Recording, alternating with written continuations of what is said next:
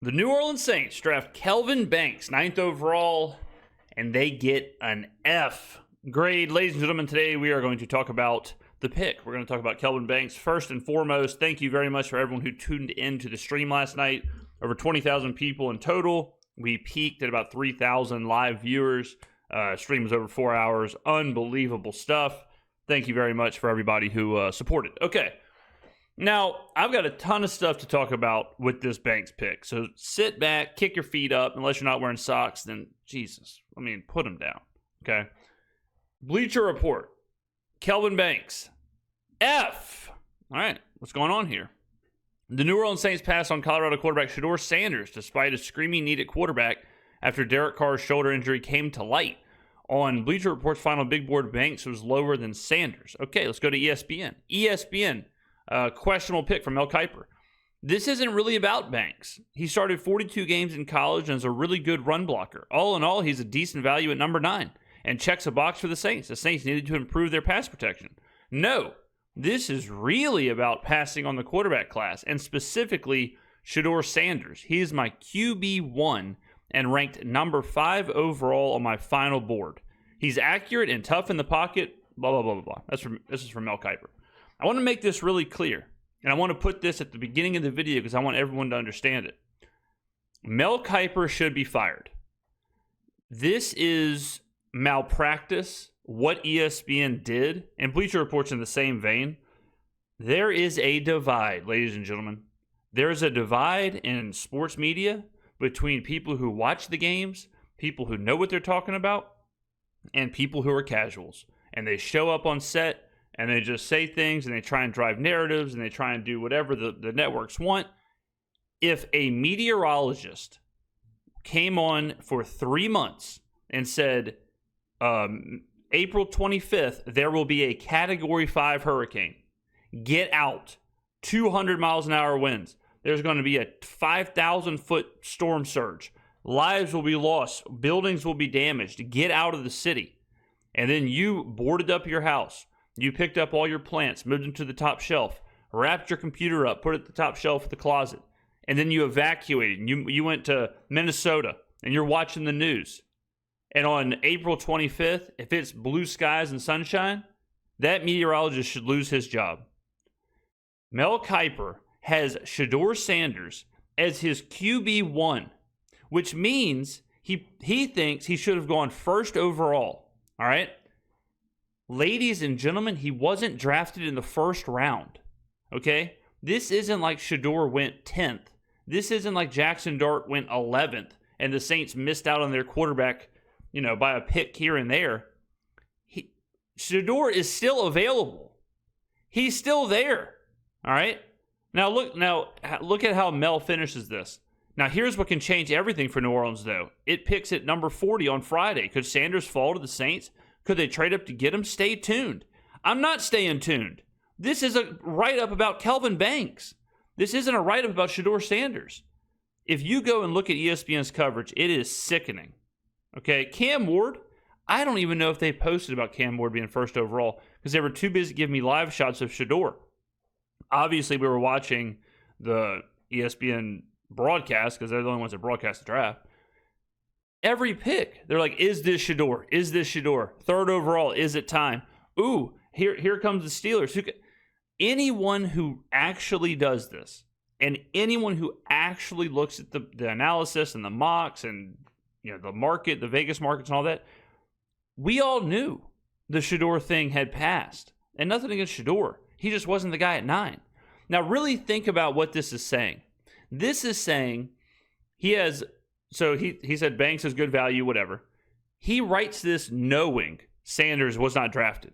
So anyone who is saying they should have taken Sanders is basically saying they openly should have reached. They openly should have reached on a player that should not have been taken 9th overall, should not have been taken in the top 15, should not have been taken in the first round. They're saying they should have. They are knocking them for not reaching on Shedeur Sanders. It is disgusting. And it downright, it pisses me off. Okay? Now, if you're saying, well, they should have, if they were going to take Banks, they should have taken, name your tackle or name your guard. Okay, that's one thing, right? But to say it's an F or a disappointment because it wasn't Shedeur Sanders when the guy is still available. He's still sitting in the green room. He's lying down on the sofa right now in Green Bay. Is unbelievable. Now we're going to keep looking. Okay, so let's remove ESPN. You go to First Take or you go to Get Up. You want to watch some NHL highlights. You want to watch some NBA playoff highlights. Nah, all you're getting is Shedeur Sanders' first overall talk and Shannon Sharp's sextings. That's all you're getting on ESPN. It really is a disgrace. All right, let's remove ESPN. Let's remove Bleacher Report. Now let's get into some people who actually do this. Let's get into some people who aren't worried about ratings, who aren't worried about First Take or Get Up or whatever. Let's look at some actual football sites, and let's see what their grades are. Let's see if they differ. 33rd team. B. Kelvin Banks. Okay. Great athlete who moves well in space and is rarely beaten off the edge. Patience and footwork allow him to mirror rushers effectively. Can explode upward by harnessing power from his lower body. Okay. Cool. B. I'll take it. Pro Football Focus gives us A. Above average. Okay. The Saints had been linked to quarterbacks throughout the pre-draft process, but the prudent approach was always to build up the offensive infrastructure to set up their future quarterback for success. Banks allowed the lowest pressure rate, 2.1%, of any left tackle in the Power 4 over the past 2 seasons. Pretty good. And did so on more pass-blocking snaps than any other player. He should help keep the pockets clean in New Orleans. Now, those 2 sentences sound pretty cool. We'll continue. Underdog. Underdog's been great, by the way, this whole draft process. They really put a lot of resources to the draft process. Very impressive. Kelvin Banks, A-. Very nice. Very nice. Let's keep going. Walter Football, the most accurate mock draft site in the world the last couple of seasons. The Saints, A. It's no surprise that the Saints passed on a quarterback. It's also not a surprise that they drafted an offensive lineman. Ryan Ramczyk retired, so the Saints desperately needed to find a blindside protector. Tulisa Fuaga was the pick last year, but he'll move to right tackle, which is more his natural spot. I love the Banks pick, as it'll give New Orleans' his next quarterback a good chance to succeed. Interesting. Now let's move into the Banks. But do you see the difference? Do you see the difference, ladies and gentlemen? You got Mel Kiper, who not only had Shedeur Sanders as his number 1 quarterback, which means he had him going first overall. You want to talk about whiff? And we're not talking about your crazy uncle, all right, who shows up to Thanksgiving dinner 8 bush lights in, who's just saying random stuff that that has no bearing. This is Mel Kiper's full-time job and has been for 30 years. And he had his first overall highest graded player not even drafted in the first round. Tim Tebow was drafted in the first round. Johnny Manziel was drafted in the first round. Okay? To come out there, it's embarrassing. But do you see the difference of the narrative of Bleacher Report and Mel, who it's like, how could they not take Shedeur Sanders? And then you have these sites that actually, do the analysis, and they're like, yeah, it was obvious that they weren't taking a quarterback here. It's obvious that their quarterback wasn't supposed to go 9th overall. Okay, let's keep going. Now, this is some Kelvin Banks talk. This is from before last season. This is Pro Football Focus in May 2024. 10 offensive tackles to know ahead of the 2025 draft. They go Will Campbell, and then they go Kelvin Banks, all right?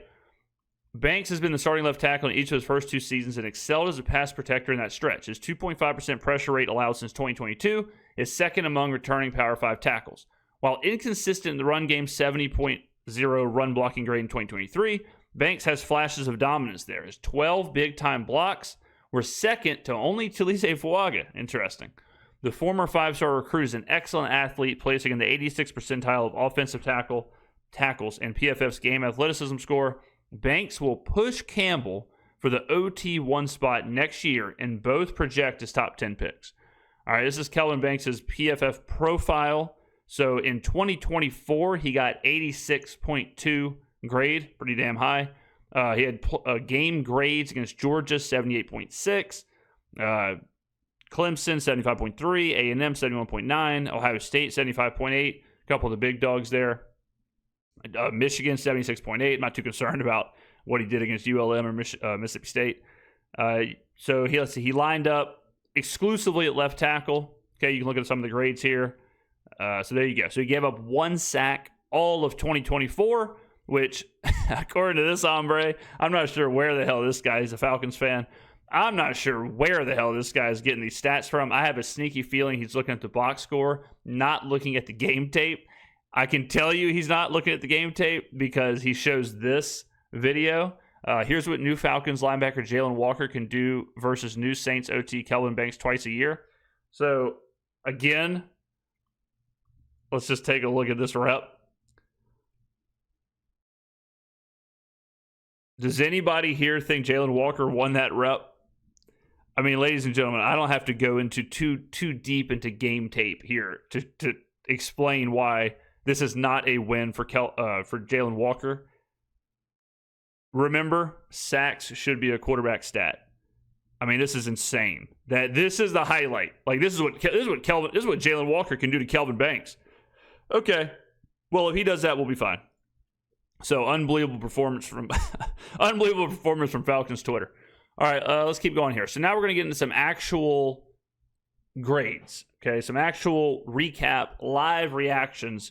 I mean, this is one hell of a video I got going on here, is it not, ladies and gentlemen? Okay, this is from Underdog. This is when they drafted. This is when the Saints drafted Banks. The New Orleans Saints. We go from that to inside the division. They didn't make a trade. That's great. They kept all their picks. That's a W, New Orleans Saints. And they drafted Kelvin Banks for the offensive line after it was previously reported that Ryan Ramczyk is going to retire. That was not a surprise. And that Trevor Penning will not have his 5th-year option picked up. Yeah, they have just their work cut out and figuring out what this offensive line is going to look like.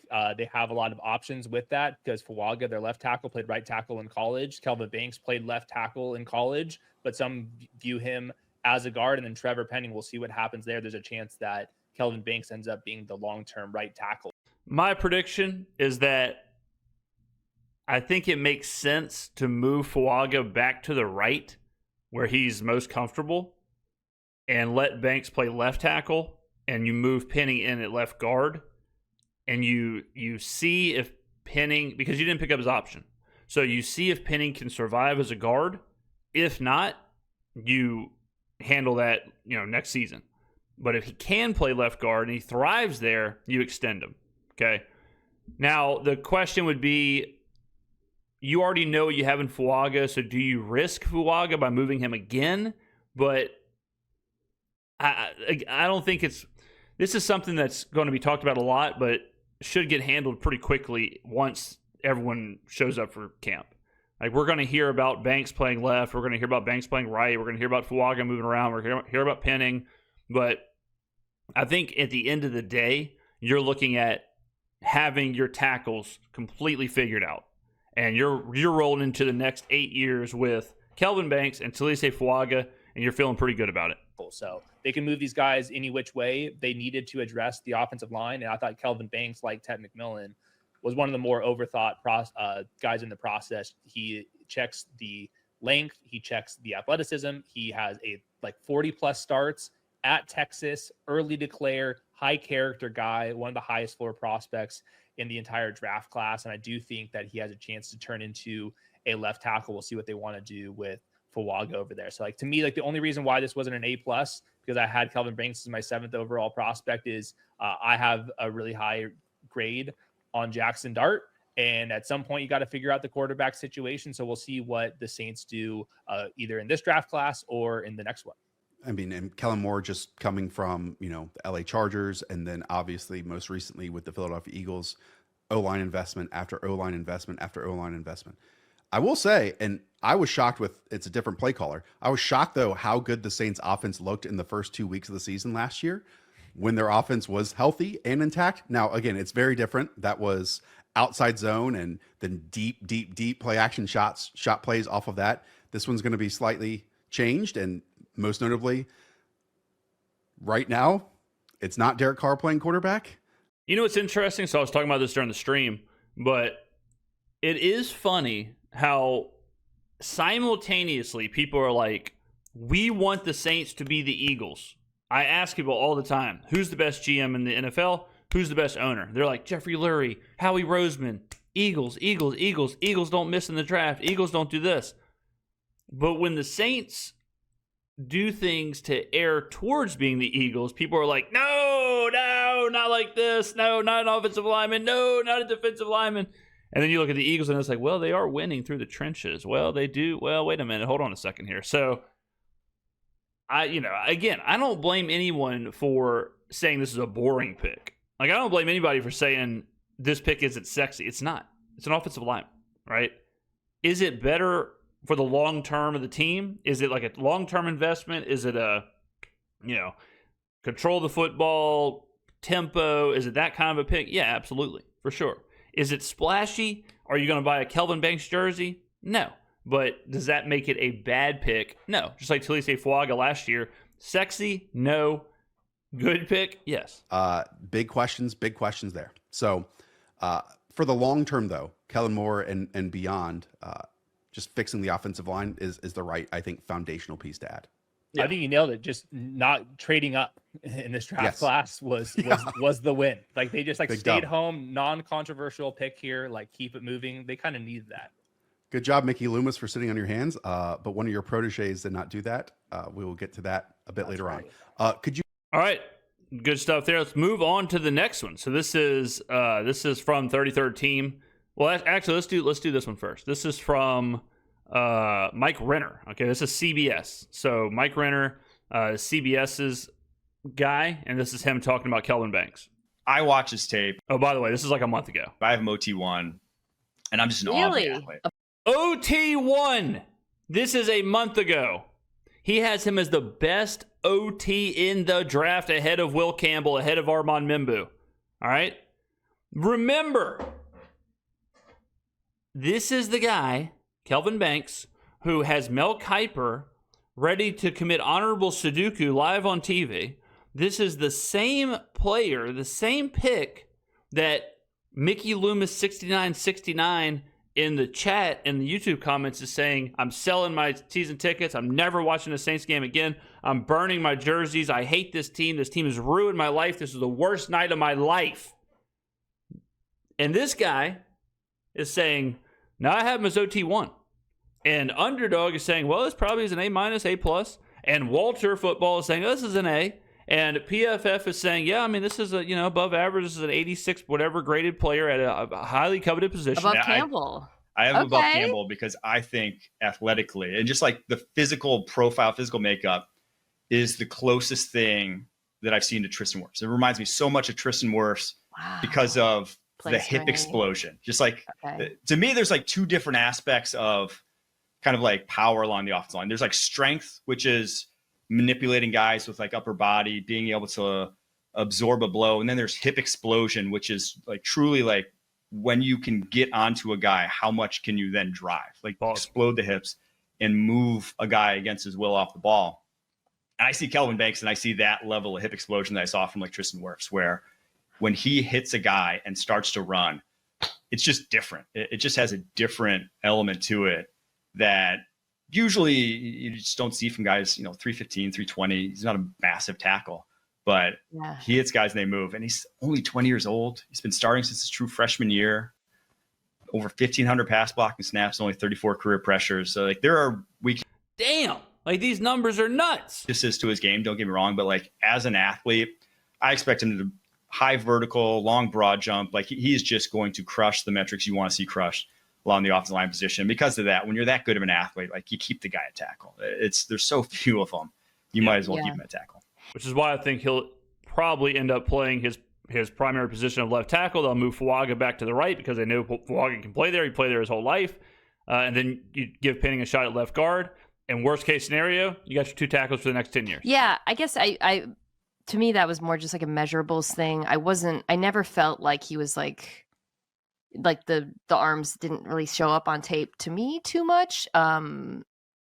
Worse is a lofty comparison. I I hear you. And I think that the athleticism testing will be interesting for that reason. I don't know if like I saw the same like nastiness necessarily in the run game particularly, but he's a very calm player. Mhm. I thought he held up really well against high level competition. This is going to be a refrain for me, like just because getting to see these guys go up against your Georgias, your Michael. Yeah, exactly. When you see them go up against Michael Williams or Jalen Walker or Shamar Stewart or whoever, yeah, that is absolutely the reps you should be watching. Williams, who did get him, I think, once for like a strip sack, but like the Ohio States and hold his own, that matters. Like I just feel so much more comfortable with a plug and play offensive tackle like that, having seen him play really, really well and consistently at a high level. So that's going to be a really interesting OT1 debate, because I think everyone's kind of assuming the Patriots are locked on OT1. That Michael Williams rep from Texas was one of the reasons I was like sold on him, because it was such like a nice pass rushing move that he did. I don't know if you remember, but he goes like 2-hand swipe to the edge, and I was like, that game too, dude. I was watching that and I was texting with a friend of mine who's a Georgia fan. I was like, I don't know about Williams. All right, so now we're getting to Michael Williams talk. All right, and then we'll finish up with the boys, 30-13. Now, ladies and gentlemen, get on down in the comments below. Let me know how right now. I know we're late into the video. How do you feel about this pick right now? How did you feel about the pick going into this video, and how do you feel about it now? Because will Banks work out? Who knows, right? But the whole goal of a draft is to extract value from your pick. And it's obvious that the Saints did that. Now, you get into the development process, you get into the coaching prospect, you get into the fit and the scheme and all that stuff, and things happen and things change. But it's just unbelievable. And I'm mostly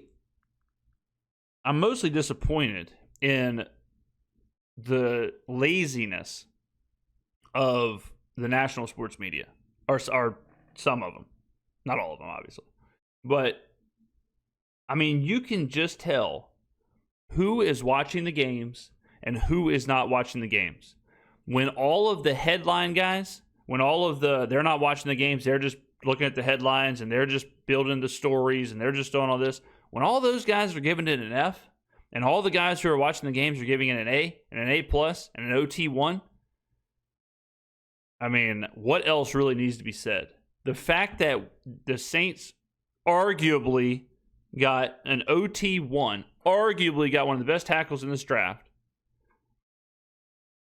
and people are ready to jump off of bridges, says a lot. NFC South, New Orleans Saints take Kelvin Banks. This is where a lot of the smoke was around, hey, we're not taking a quarterback. We're not taking Shedeur Sanders. We'll think about a quarterback in the second round. We're going big boy up front, and they did. Kelvin Banks, third tackle off the board here for most of the process. Before Membu really had a breakout 2024 season, great combine. Before that, Kelvin Banks was OT2. He was the second best tackle behind Will Campbell in most rankings. Our friend Mike Renner had him as tackle 1. Still some people that say he's a guard. I think he's going to be a tackle. And like I said about the Jets, the Saints now drafted Talise Fawanga as a tackle last year, Kelvin Banks as a tackle this year with their last 2 first-round picks. By the way, back to the positional thing, it would make much more sense to move Penny in because, again, you didn't pick up his option. Like you're right now you're saying we're moving off Penning. So why would you, knowing you're going to have a hole at right tackle or tackle, and you just drafted a tackle, why wouldn't you rather develop that tackle, Banks, at tackle, and see what you can do at Penning? And if not, draft a guard. Or draft a guard at some point in this draft and have Penning and that guard kind of compete. So I don't think there's any doubt he will play tackle. It's just, does he play left or right?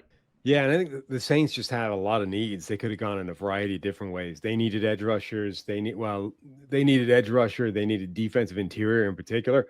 But they also need offensive line. I mean, they didn't pick up Trevor Penning's 5th-year option. The offensive line, I think, definitely needs to be repaired in place or in readiness for a new quarterback, whoever that's going to be, whether it's this year or in the future. So I think Banks makes some sense. Now, we don't know yet. I haven't seen whether they've announced this or whether they've told people whether Banks is going to play right tackle and Fawanga stays at the left side, or whether they're going to keep Banks on the left side where he played in college and move Fawanga back to where he played. And he played in college. But either way, I think that makes sense as a pair of bookends.